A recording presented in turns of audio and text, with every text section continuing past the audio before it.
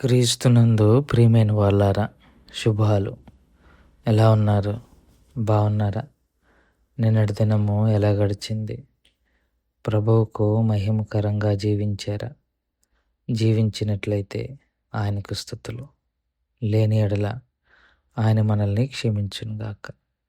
నేటి దిన ధ్యానాంశము మార్కు సువార్త 9వ అధ్యాయము 43 నుంచి 48 వచనాలు.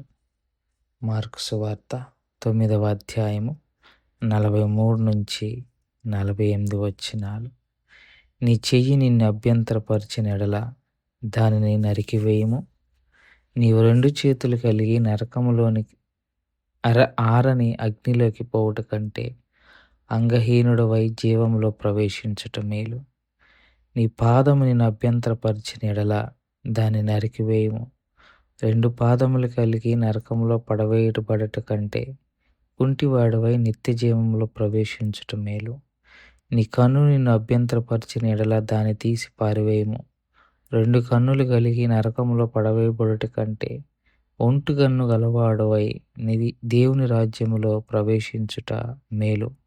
నరకమున వారు పురుగు చావదు, అగ్ని ఆరదు. దేవుని వాక్యాన్ని మన వినికిడిలో దీవించి ఆశీర్వదించునుగాక.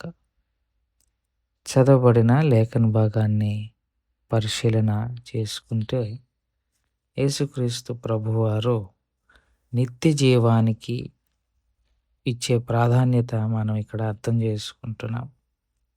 ఇక్కడ మనిషి ఎలాంటి బ్రతుకు బతికాడు అన్నది కాదు ఇంపార్టెంట్. నిత్య జీవానికి వారసత్వం కలిగి ఉన్నాడా అన్నది ఇంపార్టెంట్. ఆ నిత్య జీవానికి వారసత్వం కలిగి ఉండటానికి అభ్యంతరపరిచే ప్రతీదీ కూడా తీసివేయమనేది ప్రభువారి యొక్క ప్రధానమైన ఉద్దేశం. నిత్య జీవ వారసత్వానికి అభ్యంతరపరిచే వాటిని అన్నిటినీ దూరం చేసుకోవాలి. మనము ప్రభు కొరకు జీవిస్తున్నప్పుడు మనం ఇతరులను ఆటంకపరచడమే కాదు, కొన్ని సందర్భాల్లో మనల్ని మనమే ఆటంకపరుచుకుంటాం. మన బలహీనతలో, మన చేష్టలో మనల్ని నిత్య జీవానికి వెళ్ళనివ్వకుండా ఆటంకపరిచేవి. అందులో భాగంగా యేసు ప్రభువారు చెయ్యి, కాలు, కన్ను వీటిని ఉదాహరణగా చూపించారు. చేతులు క్రియలను చూపిస్తుంది, కాళ్ళు నడవడికను చూపిస్తుంది, కళ్ళు దృష్టిని సూచిస్తుంది. సో యేసు ప్రభువారు నీ నడవడిక సరిగా లేకపోతే నడవడిక సరి చేసుకో, నీ దృష్టి సరిగా లేకపోతే దృష్టి సరి చేసుకో, నీ క్రియలు సరిగా లేకపోతే సరి చేసుకో. ఒకవేళ అభ్యంతరపరుస్తుంటే ఎలాంటిదైనా దాన్ని తీసేయి. దానికి ఆయన చక్కగా చేయి తీసి అంగవిహీనుడివై నిత్యరాజ్యానికి వెళ్ళు, కానీ అవయవాలతో కలిసి నరకంలోకి వెళ్ళక, కుంటివాడివై నిత్య జీవానికి వెళ్ళు, కానీ 2 కాళ్ళు కలిగి పాపం చేసి నరకంలోకి వెళ్ళక, గుడ్డోడిగా నిత్య జీవానికి వెళ్ళు, కానీ పాపం చేసి 2 కళ్ళు కలిగి దేవునికి దూరం అయిపోక అన్నది ప్రభువారి ఉద్దేశం. అంటే మన శరీర అవయవాలు మనల్ని ఆటంకపరుస్తూ ఉంటాయి. కొన్ని సందర్భాల్లో మన అలవాట్లు మనల్ని ఆటంకపరుస్తుంటాయి. ప్రభువారు స్ట్రిక్ట్గా చెప్తున్నాడు, ఆటంకపరిచేవి ఉండకూడదు. అవి దూరం చేసుకోగలిగితేనే నిత్యరాజ్యానికి వారసులం అవుతాం. నిజంగా మనల్ని ఆటంకపరిచేవి చాలానే ఉన్నాయి. ఆయన ఉదాహరణ మాత్రమే చెప్పారు, కానీ ఆటంకపరిచే పరిస్థితులు ఉన్నాయి, సందర్భాలు ఉన్నాయి, అలవాట్లు ఉన్నాయి, కోరికలు ఉన్నాయి.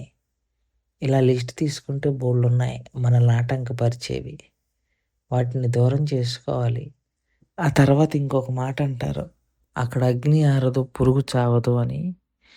ఇంకా అక్కడ యాతనే, నరకంలోకి వెళ్ళిపోతే అక్కడ యాతన, ప్రయాస, శ్రమ పడాలి అన్న ఉద్దేశంతో కూడా ప్రభువారు మాట్లాడే ప్రయత్నం చేస్తున్నారు. కనుక ఈ ఉదయకాల సమయంలో ప్రియమైన వారలారా, దేవుని వాక్యాన్ని బట్టి జ్ఞాపకం చేస్తున్న మాట, అభ్యంతరకరమైనవి దేవుని కొరకు దూరం చేసుకుందాం. దేవుడి మాటను దీవించును గాక. ప్రార్థన చేసుకుందాం. మమ్మల్ని మిక్కిలిగా ప్రేమించిన మా ప్రియ పరలోకపు తండ్రి, మీ పాదాలకు స్తోత్రాలు. చెప్పబడిన వాక్యాన్ని బట్టి మీకు స్తోత్రాలు. విన్న వాక్యం మా హృదయంలో భద్రపరుచుకొని వాక్యానుసారంగా జీవించగలిగిన గొప్ప భాగ్యం నాకు, మాకు అందరికి దయచేయమని యేసుక్రీస్తు ప్రభువారి పుణ్యనామములో అడిగి వేడుకుంటున్నాం తండ్రి. ఆమేన్. God bless you.